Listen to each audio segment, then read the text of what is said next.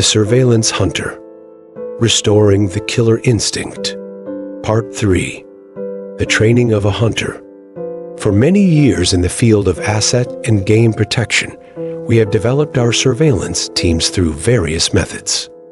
Although some techniques have resonated with our teams, thereby providing significant results, others have failed to hit the mark due to improper presentation, application, or follow-through. Often surveillance teams are taught by their trainers and leaders from the scam backward, with an emphasis on the final act or event itself, sometimes more so than the indicators and strategies to defend against such events.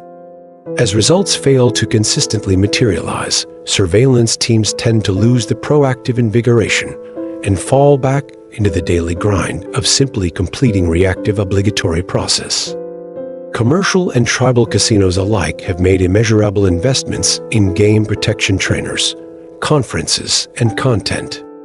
In some cases, these expenditures have been made to develop and affirm the skill of their hunters, while in others, it can be likened to that of performing CPR on a lifeless department. Sadly, in some cases, the information received may only temporarily stimulate the team, providing a momentary glimpse beyond the clouds of daily operational tedium. Additionally, when trainers and leaders fail to emphasize and incentivize the minuscule factors or ingredients that carry the potential to preempt the overall event, surveillance teams may find themselves consisting of agents with various levels of response. In some situations, there may be agents who only remember the feeling they felt when they saw video of a scam in action, yet they forget or place an improper emphasis on the factors that allowed the scam to take place. Thereby, without patience, persistence, and minimal distraction from the operational process, such agents find themselves losing their vigor over a few weeks' time and falling back to the status quo. Likewise, if surveillance leadership fails to socially monetize the catching of such scams, or more so, the proactive observation of preceding factors of inefficient or breached controls, team consensus may evolve into the perception of such events as being rarely possible at their properties, or worse yet, fairy tales. In my own individual progression as a surveillance hunter and trainer, I have had mixed results in the learning and training to expose such events. It was often found that by mostly emphasizing the end product alone, and the shock value that it presented, I had failed to properly elevate the precursory elements and environment that allowed the scam to take place. By teaching surveillance teams to understand the requirements of a person, place, or process within the gaming realm, its agents are essentially afforded the ability to know what the proper environment should look like, and conversely, when the environment is beginning to collapse. Early in my career, when struggling with my own motivational process, I had the blessing of a very compelling revelation that eventually became my daily mantra. One day I realized that you'll always find what you are looking for if you are looking for the next big catch. You'll find it eventually, but if you are looking for nothing, you'll find that immediately.